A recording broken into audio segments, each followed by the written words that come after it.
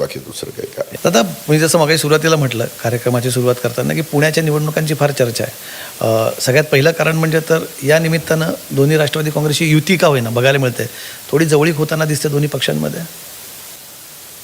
ज्यावेळेस आमच्या लक्षात आलं की बाबा आपल्याला आता एकट्याला लढायचं आहे, कारण भाजप आणि शिवसेना चर्चा करत होत्या, मी एकनाथराव शिंदेंना म्हणालो की शिंदेसाहेब आपण इथं दोघं जण मिळून युती करू. माझा अंदाज आहे म्हणलं की भाजप स्वतंत्र लढेल, कारण भाजप मागच्या वेळेस 9 वर्षापूर्वी निवडणुका झाल्या होत्या, त्यावेळेस मोठ्या प्रमाणावर मोठ्या संख्येने निवडून आलेली होती.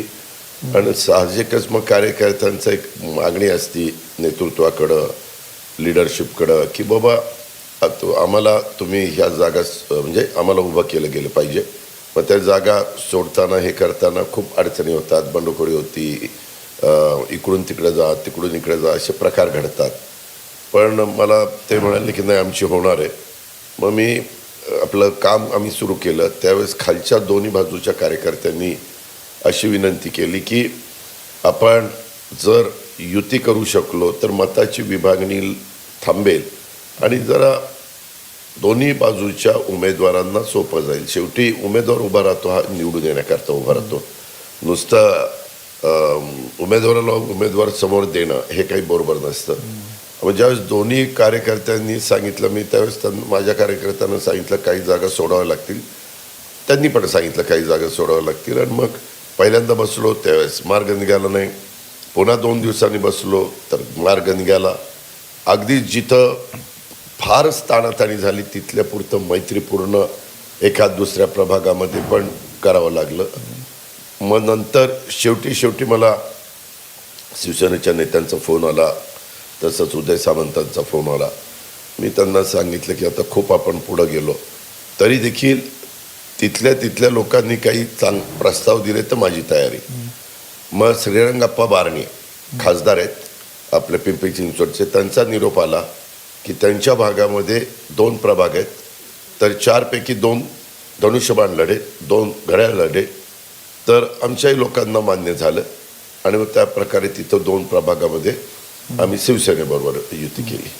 पण ही सगळी जी गणितं जमत असताना सुरुवातीच्या काळात चर्चा महाविकास आघाडीसोबत पण चालू होती. अशी चर्चा होती की जुनी महाविकास आघाडी अजित पवार निघून सोबत लढणार अशी चर्चा होती. फक्त राष्ट्रवादी काँग्रेसच्या बरोबर चर्चा, खरं तर शिवसेनेबरोबर चर्चा झाली, पण त्यांनी सांगितलं आमची युती होणार आहे. म्हणलं आपण आग्रह धरण्यात अर्थ नाही. आणि मग मी हे मगाशी सांगितलं तसं राष्ट्रवादीच्या बरोबर काही जागा शेअर केल्या आम्ही दोघांनी एकमेकाला. आणि शेवटी इथं पिंपरी चिंचवड 2 प्रभाग झाले. इथंही करा म्हणून आग्रह होता नंतर शिवसेनेचा लास्टला. पण तिथं आम्ही पण सांगून बसलो होतो की तिकीट गेलंय, इव्हन AB फॉर्म पण गेलेले होते. पण ते म्हणले मग तुम्ही काहींना सांगा AB फॉर्म गेलेले असले तरी माघार घ्या. पण ते नाही जमलं. कमलेशजी मी प्रयत्न केला. मग फार कार्यकर्त्यांना पण नाराज करणं आम्हालाही मनाला पटत नाही. पण दादा, युती झाली, इथे स्थानिक निवडणुका आहेत, कार्यकर्त्यांच्या निवडणुका वगैरे समजण्याचा भाग आहे. मी तुमच्या काही मुलाखती बघतोय, तुमची भाषणं बघतोय, तुम्ही म्हणतात, पण तरीसुद्धा तुम्ही तुमच्या राज्यातल्या मित्रपक्षावरती इथे आणि पिंपरी चिंचवडमध्ये फार टोकाची टीका करताना दिसलात. आपण गैरसमज करून घेताय. मी बोलत असताना सातत्याने सांगतोय केंद्रात मोदी साहेबांच्या नेतृत्वाखाली सरकार चांगलं चाललंय. राज्यात आम्ही सगळेजण मिळून देवेंद्रजींच्या नेतृत्वाखाली सरकार चालवतोय. ही निवडणूक ही त्या शहरापुरती आहे. ह्या शहरामध्ये जे काम करत होते कारभारी त्यांच्याबद्दल माझा आक्षेप आहे. त्यांनी काय काय गोष्टी केल्या हे मी पुराव्यानिशी प्रेसला सांगितलं, दुसऱ्यांदा सांगितलं, तिसऱ्यांदा सांगितलं. ह्याच्याबद्दल कुणी उत्तर देऊ शकलेलं नाहीये. त्याच्यामुळं उद्याच्याला निवडणुकीमध्ये का आम्ही निवडणुकीत उतरलो ते सांगायला नको नागरिकांना. मागेही आम्ही 15 वर्ष आघाडीबरोबर होतो. त्यावेळेस वर केंद्रात मनमोहन सिंगजी असायचे, खाली काँग्रेस असायची, तरी आमच्या सगळ्या निवडणुका काँग्रेसच्या विरोधात होत्या. त्यावेळेस कधी मीडियाने आम्हाला प्रश्न विचारला नाही का हो तुम्ही तिथं वर केंद्रात आणि राज्यात एकत्र आहे आणि इथं मात्र एकमेकाच्या विरोधात लढता. पण दादा, तेव्हा एवढी कटुता नाही दिसायची ना आम्हाला. सॉरी, तुम्ही ज्या प्रकारची बघतोय मी टीका, म्हणजे मी काही स्टेटमेंट्स बघत होते येताना, एवढी तुम्ही अहो, म्हणतात भ्रष्टाचाराचा तिथं- राक्षस म्हणतात तुम्ही. हो, मग तिथं जर भ्रष्टाचार होत असेल, हां. जी आशिया खंडातली श्रीमंत महानगरपालिका ओळखली जात होती, हां. मी 25 वर्ष काम करत असताना 1 रुपया कर्ज रोखे किंवा कर्ज न काढता कामं केली आणि ठेवी वाढवत गेलो. त्याच्यामध्ये आता कर्ज रोखे काढले की नाही? काढले. त्याच्यामध्ये नियोजन खराब आहे. टेंडरमध्ये गडबड घोटाळा होतोय. त्यामध्ये झाडं न मोजता 7 कोटी रुपये झाडांचे दिले. 70 लाखाचा पूल तो 7 कोटी रक्कम वाढवली केलंय. 12 कोटीचे सॉफ्टवेअर 120 कोटी रुपये दाखवले. नाही पण हे सगळे मुद्दे फक्त निवडणुकीच्या आधीच आले का? की ते म्हणजे जर हा भ्रष्टाचार होत असेल तिथे तर तो ओव्हर द टाईम होत असेल, दादा काही वर्ष होत असेल ना तो. हो, मग मी उतरल्यावरच बघणार ना. मी तिथं उतरल्यानंतर तिथं वेळोवेळी काढण्याचा प्रयत्न केला. दुर्दैवाने ज्या पद्धतीनं आमच्या लोकांनी पण मांडायला पाहिजे होता ते मांडायला कमी पडले. त्याच्यामध्ये काही बिलं व्हाईटनर लावून खोडलेत. काही अधिकारी भेटले, म्हणलं का रे स्वेच्छानिवृत्ती घेतली? म्हणले दम दिला, या असल्या फाईलवर सहाय्य करा, नाहीतर इथं राहू नका. स्वेच्छानिवृत्ती घेतली. आता स्वेच्छानिवृत्ती घेतलेली तर तुम्ही त्या अधिकाऱ्याला पण जाऊन विचारू शकता का घेतली. हा दम कोण देत होतं? भाजपचे नेते, तिथले स्थानिक भाजपचे नेते, तिथले स्थानिक कारभारी. नाही, पण ते भाजपचे आहेत. तिथले स्थानिक कारभारी हे ते कुठल्या तरी पक्षाचे असतील ना दादा. काय होतं, तुम्ही लोक काय करता, लगेच ते तेवढंच दाखवतात. असं नाव घेतलं, मला नाही. कुणाचं नावच घ्यायचं नाही.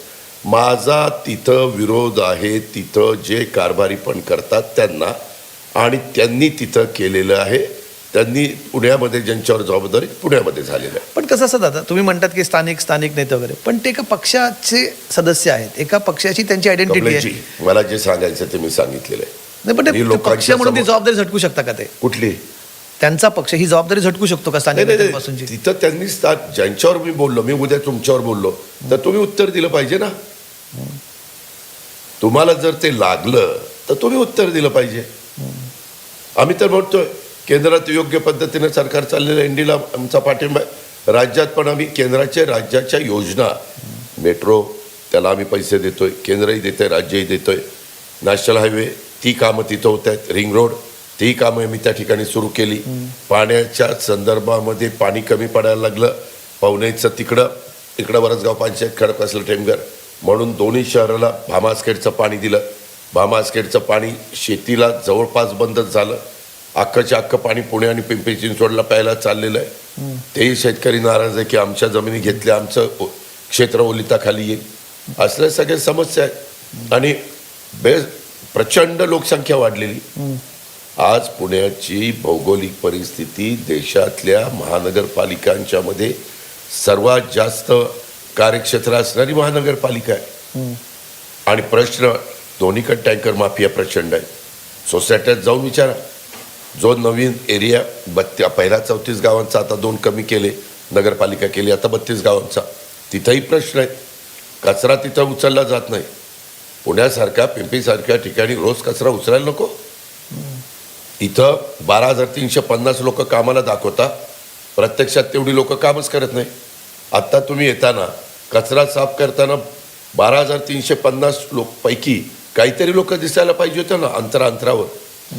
नाही दिसत. बिलं काढली जातात. तिकडेही 10,000 लोक दाखवतात. तिथंही काल मी फिरत होतो, प्रचंड कचऱ्याचे ढीग साठून राहिले.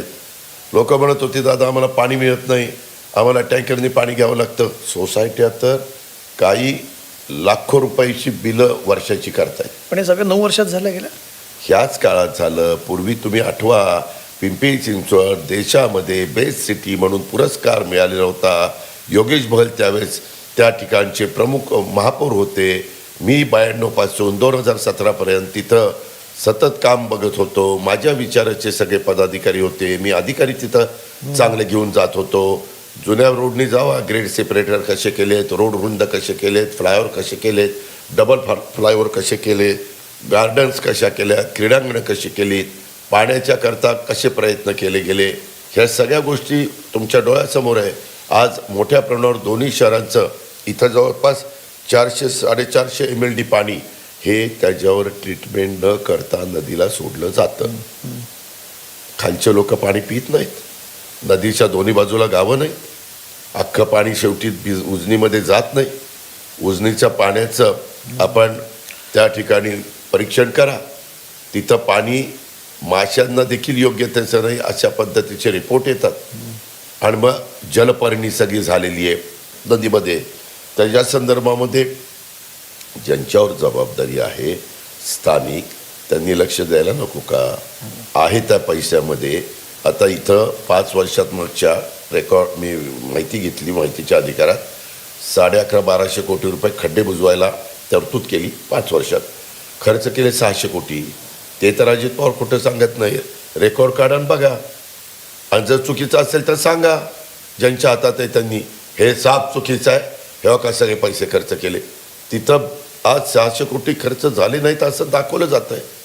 पण या दोन्ही महापालिकांमध्ये त्या पक्षाची सत्ता राहिली, त्यांच्या स्थानिक कारभाऱ्यांकडून तुमच्या भाषेत म्हणायचं तर हा भ्रष्टाचार झाला. हे वरिष्ठांच्या तुम्ही